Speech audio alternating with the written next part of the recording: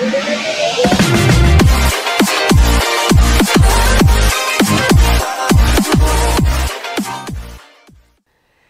Guys, कैसे हो आप लोग। उम्मीद करता हूं आप लोग काफी अच्छे होंगे। Welcome back to our channel key of commerce.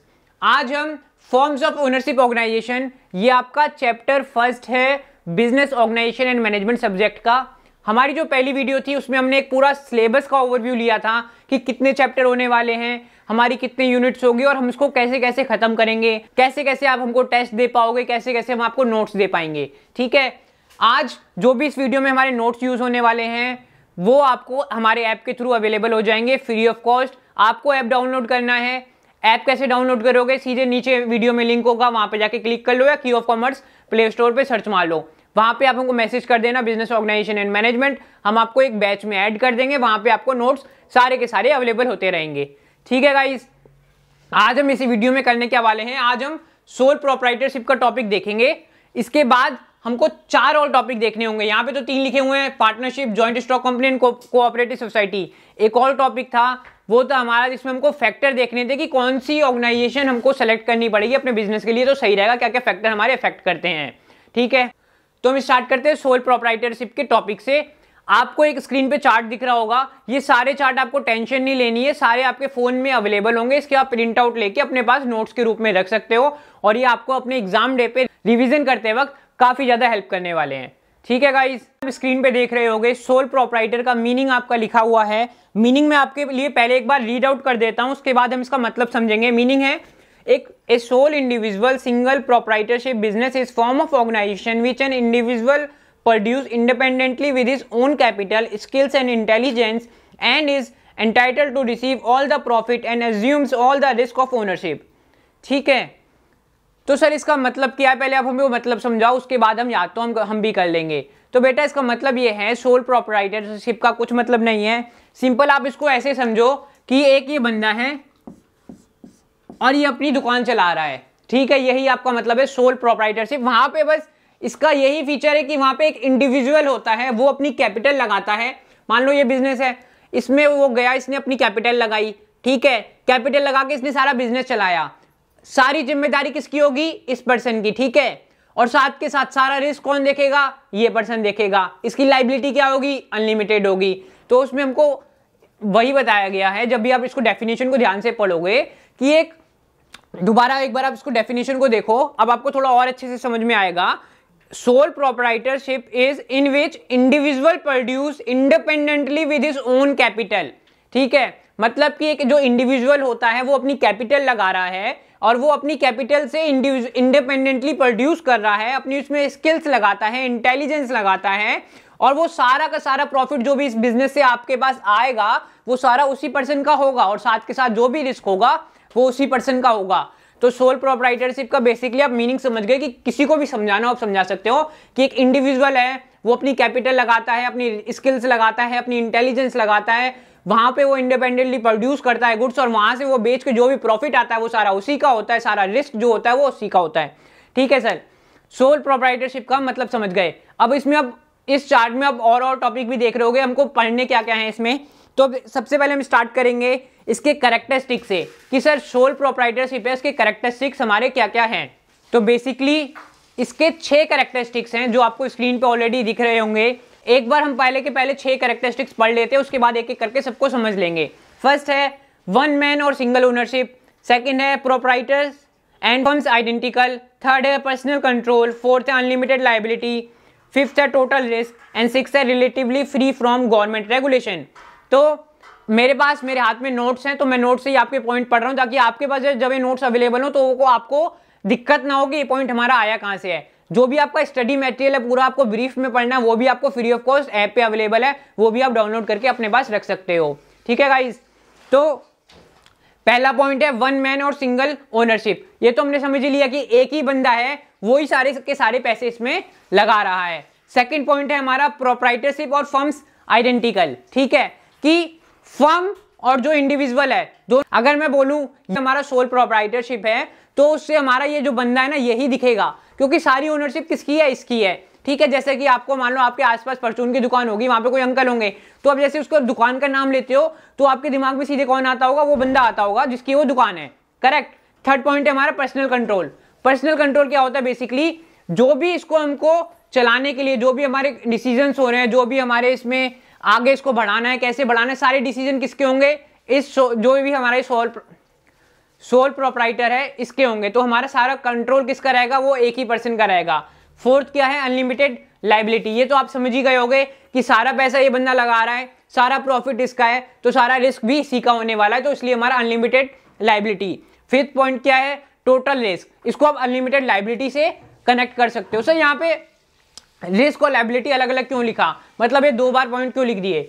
बेटा देखो, रिस्क में हमारी ना सिर्फ फाइनेंशियली रिस्क नहीं आएगी, सभी टाइप के रिस्क आ जाएंगे। मतलब कि अगर मान लो कुछ उसमें हो जाता है, उस बिजनेस में आगे चल के वो बंद हो जाता है या कुछ भी होता है, सारे टाइप के रिस्क जो होते हैं वो हमारे टोटल रिस्क में कवर हो गए। और जो अनलिमिटेड लायबिलिटी है वो आपका फाइनेंशियल एस्पेक्ट कवर करता है सिर्फ। जैसे कि कोई क्रेडिटर को पैसे देने और हम नहीं दे पाए, या हमारा बिजनेस में पैसे नहीं बचे तो हमको अपनी जेब से देने पड़ेंगे, तो वहां पे हमारा अनलिमिटेड लायबिलिटी का पॉइंट कवर होगा। टोटल रिस्क में जितने इसके फाइनेंशियली फैक्टर के अलावा जो बाकी फैक्टर्स हैं वो सारे हमारे टोटल रिस्क के अंदर आ जाएंगे। ठीक है, फिर हमारा लास्ट पॉइंट है relatively free from government regulation. Sir इसका क्या मतलब है?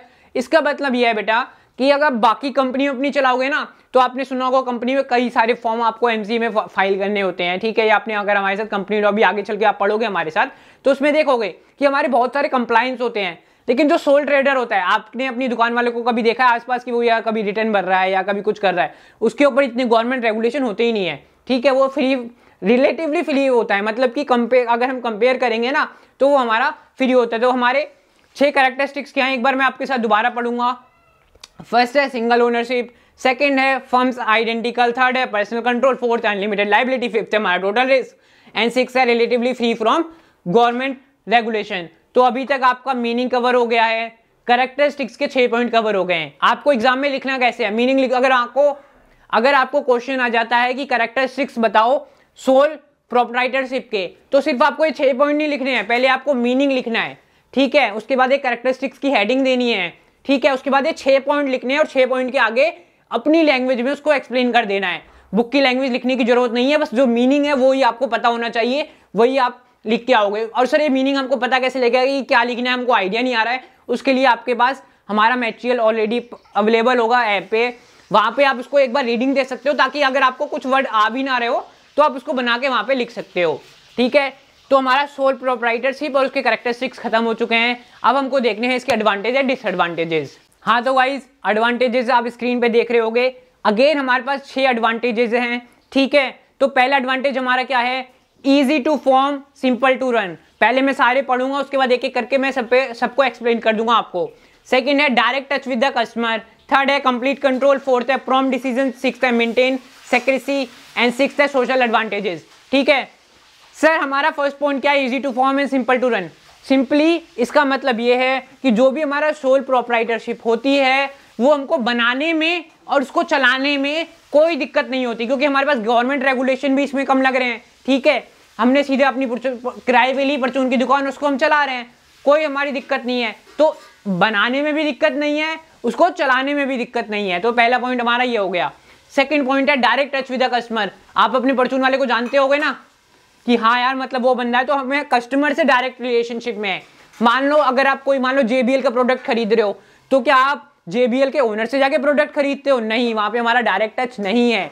यहाँ पे आप सोल ट्रेडर, क्या पता आप डायरेक्ट मिल भी सको कि हाँ भैया ये बंदा है, ये सारे सामान बेच रहा है, वो ये हमारा सोल ट्रेडर है वहां पे, क्योंकि सारा कुछ बंदा एक ही है। अब इसका मतलब ये मत समझ लेना कि उसका कोई एम्प्लॉय नहीं होंगे, मतलब उसके दुकान पे लोग काम कर रहे होंगे। ठीक है, मेरा मतलब है जिसकी कैपिटल लग रही है, जिसका सारा प्रॉफिट है, जिसका रिस्क है, वो एक बंदा है। कंपनी में क्या होता है? डायरेक्टर्स होते हैं, कंपनी के शेयर होल्डर होते हैं, बहुत सारे लोग होते हैं। पार्टनरशिप पढ़ेंगे उसमें भी हमारा मोर देन 1% होते हैं, मतलब कि 2 या 2 से ज्यादा % होते हैं वहां पे। तो मेरा मतलब है एक सोल ट्रेडर के पास जरूरी है कि, मतलब जरूरी नहीं है कि कोई बंदा ही काम ना कर रहा हो, सारी मजदूरी भी वही कर रहा है, सब कुछ वो कर रहा है, ऐसा मत इसको समझ लेना। उसका मतलब ये है कि एक बंदा जो है वो ओनर है सब चीजों का, उसके अंदर काम कर रहा है, इंप्लॉय काम कर रहे हैं, उसको पैसे दे रहा है, उसकी कोई दिक्कत नहीं है। ठीक है, थर्ड पॉइंट है हमारा कंप्लीट कंट्रोल। मैंने आपको वैसे ही बता दिया था, कैरेक्टरिस्टिक्स में भी हमने ये पॉइंट पढ़ लिया था कि जो सारा का सारा कंट्रोल है वो किसका है? वो इस पर्सन का होने वाला है। फोर्थ क्या है? Prompt decision. अब देखो, जिसकी कैपिटल लगी है, जिसका प्रॉफिट है, जिसका रिस्क है, ठीक है। अब उसको कुछ डिसीजन लेने की, यार मेरे को एक और दुकान खोलनी है या मुझे दुकान बड़ी करनी है, मुझे दुकान में क्या क्या सामान रखने हैं, तो ये सारे कौन डिसीजन ले पाएगा? वो अकेला बंदा ले पाएगा। इसकी वजह से जो भी प्रॉम्प्ट डिसीजन का मतलब है स्पीड, जो डिसीजन लेने का प्रोसेस है वो काफी स्पीड अप हो जाएगा। नहीं तो अगर मान लो आपको कंपनी में कोई डिसीजन लेना है, पहले अपना डायरेक्टर डिसाइड करेंगे, वे शेयर होल्डर से वो परमिशन होंगे, कई तरीके से अलग अलग प्रोसीजर्स होते हैं सारे डिसीजन अप्रूव करने के लिए, कि कौन अप्रूव करेगा, क्या क्या प्रोसीजर होगा, बहुत लंबा प्रोसीजर होता है उसमें, ठीक है। फिर हमारा है मेंटेन सेक्रेसी।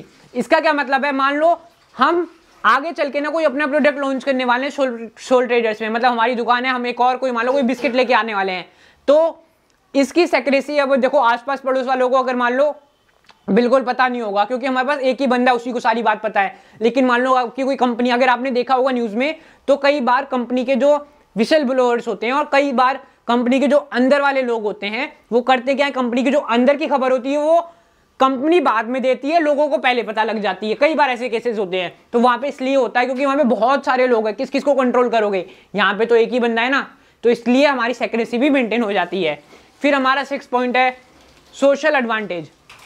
सर इसका क्या मतलब है? देखो जो सोल ट्रेडर्स होते हैं ना, ये डायरेक्ट कस्टमर के कंट्रोल में रहते हैं, ठीक है। इसके ऊपर गवर्नमेंट का भी कोई रेगुलेशन नहीं है, तो इनको एक तरीके से सोशल एडवांटेज वहां पे मिलता है कि देखो अगर मेरी कोई दुकान है तो मैं कहीं से गुजरूंगा भी ना, तो हाँ यार वो बंदे बोलेंगे हाँ यार इस बंदे की दुकान है इसका नाम है, ठीक है। तो एक तरीके से इसको ऐसे करा गया कि जो बंदा सोल ट्रेडर होता है तो भैया उसको एक तरीके से इमेज बनी होती है, गुडविल बनी होती है मार्केट में कि हाँ यार इस बंदे की दुकान है, इसको अगर पैसा भी उधारी पे लेना तो बंदा अपने नाम पे ले सकता है, ठीक है। कंपनी के अगर आप शेयर होल्डर हो या डायरेक्टर हो, आप कहीं जाके उधारी मांगो, नहीं मिलेगी भाई।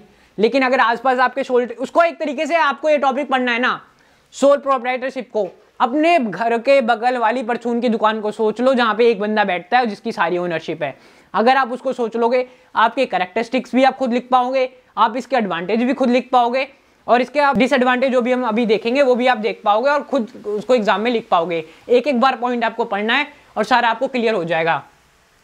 तो हमारे सर ये 6 दोबारा क्या कहते हैं एडवांटेजेस हो गए। फर्स्ट क्या है, इजी टू रन, सेकंड है डायरेक्ट, थर्ड है कंप्लीट कंट्रोल, फोर्थ है प्रॉम्प्ट डिसीजन, फिफ्थ है मेंटेन सेक्रेसी, सिक्स्थ है सोशल एडवांटेज, ठीक है।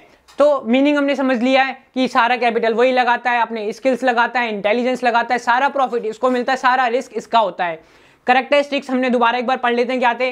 वन मैन ओनरशिप है, प्रोप्राइटर एंड फर्म आइडेंटिकल है, थर्ड है हमारा पर्सनल कंट्रोल, फोर्थ है अनलिमिटेड रिस्क, फिफ्थ है टोटल रिस्क, सिक्स्थ है हमारा रेगुलेशंस हमारे पास कम लगते हैं, ठीक है।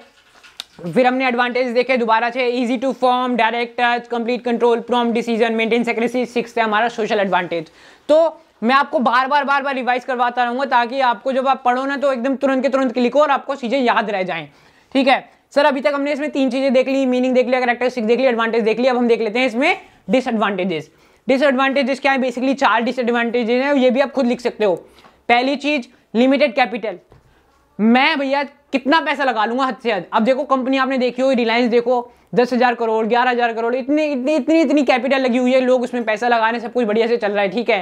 पार्टनरशिप भी है तो वहां पे एक से ज्यादा बंदे हो सकते हैं, वहां पे एक से ज्यादा ही बंदा है, तो मतलब कि ये 50,000 लगा रहे हैं, ये 50,000 लगा रहे हैं, टोटल कैपिटल हो गई 1 लाख रुपए। लेकिन जब मैं अकेला ही हूं तो मैं 50,000 ही लगा पाऊंगा ना, तो उसमें है हमारा लिमिटेड कैपिटल। क्यों? क्योंकि यहाँ पे एक ही बंदा होता है कैपिटल लगाने वाला। सेकंड पॉइंट है हमारा can not possess knowledge in every field. Sir इसका क्या मतलब है? इसका मतलब यह है बेटा कि सोल प्रोप्राइटरशिप है, अब कि एक इंडिविजुअल के पास सारी नॉलेज नहीं हो सकती है कि मतलब वो अकाउंटिंग की भी नॉलेज रख रहा है, साथ के साथ उसको बिजनेस कैसे करना है उसकी भी नॉलेज हो, ठीक है, कैसे उसको माल खरीद के लेके आना है उसकी भी नॉलेज हो, कैसे बेचना है, कैसे प्रमोशन करना है, कैसे एडवर्टाइजमेंट करना है, कैसे उसको सोशल मार्केटिंग करनी है, कैसे अपने बिजनेस को आगे बढ़ाना है। तो बिजनेस जब करते हैं बहुत सारे एस्पेक्ट होते हैं, तो इसमें बोला गया भैया सभी एस्पेक्ट की नॉलेज एक ही बंदे को हो ऐसा पॉसिबल नहीं है, क्योंकि यहाँ पे सारा जो डिसीजन ले रहा है सब कुछ कर रहा है वो एक ही बंदा कर रहा है। तो यहाँ पे एक और दिक्कत आ जाती है कि भैया मुझे पता ही नहीं इतनी चीजें, मैं करूंगा कैसे, तो इसमें काफी दिक्कत आती है, तभी ऐसे पीछे रह जाते हैं, इनको बड़ा होना होता है तो किसी के साथ जुड़ना पड़ता है, ठीक है। लास्ट पॉइंट है हमारा कंटिन्यूटी इज डिफिकल्ट, मतलब कि ये इस बंदे की दुकान थी, वो बंदा मर गया और फिर दुकान हमारी बंद हो गई, वो सोल प्रोप्राइटरशिप खत्म और दुकान आपकी बंद हो गई। ये आपने कई केसेस देखे होंगे। तो आज हमने करा क्या है, सोल प्रोप्राइटरशिप का टॉपिक देख लिया। बहुत लिमिटेड समय में हमने 4 टॉपिक कवर करे, मीनिंग कवर किया, कैरेक्टरिस्टिक्स कवर किए, साथ के साथ इसकी हमने एडवांटेजेस कवर किए और लिमिटेशन कवर करी। एडवांटेजेस कितने थे सर? 6 थे।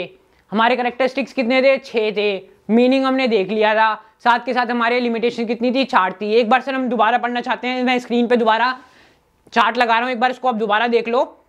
मीनिंग है हमारा ये है कि इंडिविजुअल होता है, उसी की कैपिटल, उसी का रिस्क, उसी का रिवॉर्ड, सब कुछ उसी का बंदे का है। फिर हमारे कैरेक्टरिस्टिक्स क्या है? सिंगल ओनरशिप है, फर्म आइडेंटिकल है, पर्सनल कंट्रोल है, अनलिमिटेड लायबिलिटी है, टोटल रिस्क है, relatively free from government regulation. फिर हमने एडवांटेजेस देखे, easy to form, simple to run, direct touch with the customer, complete control, prompt decision, maintain secrecy. 6 है हमारा social advantage. फिर हमने देखे क्या? Limited capital, can not possess knowledge in every field, unlimited ownership, continuity is difficult. ठीक है, तो अभी आपने हमारे साथ देख लिया सोल प्रोप्राइटरशिप का टॉपिक। आज मैंने वीडियो जानबूझ के छोटी रखी है ताकि आपको इन नोट्स की और इन सबको देखने की आदत पड़ जाए। हम करेंगे क्या, आपके जो भी मार्च में एग्जाम है उससे पहले पूरा सब्जेक्ट खत्म हो जाएगा। सिर्फ यही नहीं, आपका फाइनेंशियल अकाउंटिंग के भी पूरे चैप्टर अपलोड हो जाएंगे, उसकी भी आपको टेंशन लेने की जरूरत नहीं है। तो फॉर्म्स ऑफ ओनरशिप ऑर्गेनाइजेशन का आज हमने सोल प्रोप्राइटरशिप का टॉपिक पढ़ा है। आप ऐप पे आओगे तो आपको वहां पे हमारा पार्टनरशिप के भी नोट्स आपको ऑलरेडी अवेलेबल मैंने करवा दिए हैं। उसके बाद जैसे ही हमारा पार्टनरशिप का भी टॉपिक खत्म होगा उसके बाद मैं आपको दोनों टॉपिक और जो लास्ट का टॉपिक है उस सबके नोट्स आपको अवेलेबल करवा दूंगा। उम्मीद करता हूँ आपको सारा कुछ पसंद आया हो, ऐप से पढ़ने में मजा भी आया हो। और ये टेंशन नहीं लेनी यार काफी स्लो चल रहा है, काफी धीरे चल रहा है। मैं ये कोशिश कर रहा हूँ ताकि आप एक बार ये वीडियो देखो, 12-15 मिनट की वीडियो होने वाली है। एक बार ये वीडियो देखो और आपको हमेशा के लिए ये चीजें याद रहे, एग्जाम के लिए आपको टेंशन ना लेनी पड़े। वैसी थ्योरी सब्जेक्ट अगर मैं इसको एक ही दिन में सारा पढ़ा दूंगा ना, अब अगले दिन भूल ही जाओगे पूरा। तो आज हमने सोल प्रोप्राइटरशिप खत्म किया। अगली वीडियो में हम कोशिश करेंगे partnership and joint stock company खत्म कर लें, और उसकी अगली वीडियो में, मतलब कि ये 3 वीडियो में हमारा फॉर्म एंड ओनरशिप ऑर्गेनाइजेशन खत्म हो जाएगा। 3 वीडियो के लिए हम 1 से 1.5 घंटे में, 1.5 घंटे में करीब करीब ये पूरा चैप्टर खत्म हो जाएगा। ठीक है, अगली वीडियो आपकी कल से परसों में आ जाएगी, उसकी आपको टेंशन लेने की जरूरत नहीं है। आज हमने सोल प्रोप्राइटर खत्म किया। आपका होमवर्क क्या है? आज आपको ऐप पे आके हमको बताना सर हमने होमवर्क करा है। ठीक है, आपको जो भी मटेरियल है वहां से सोल प्रोप्राइटरशिप का टॉपिक पूरा पढ़ लेना है। एक बार रीडिंग जरूर ले लेनी है वीडियो खत्म होने के बाद। आज मैंने आपने मान लो वीडियो देखी, रात में देख रहे हो, कल जाके आराम से दिन में बैठ के टॉपिक आराम से पढ़ लो। कहीं ट्रैवल भी कर रहे हो तो फोन में पढ़ सकते हो, फोन में आपके पास सारा कुछ अवेलेबल करवा दिया है। नोट्स भी एक बार ये वाले देख लेना। फिर मिलेंगे अपनी नेक्स्ट वीडियो में, जब तक के लिए जय हिंद, टेक केयर।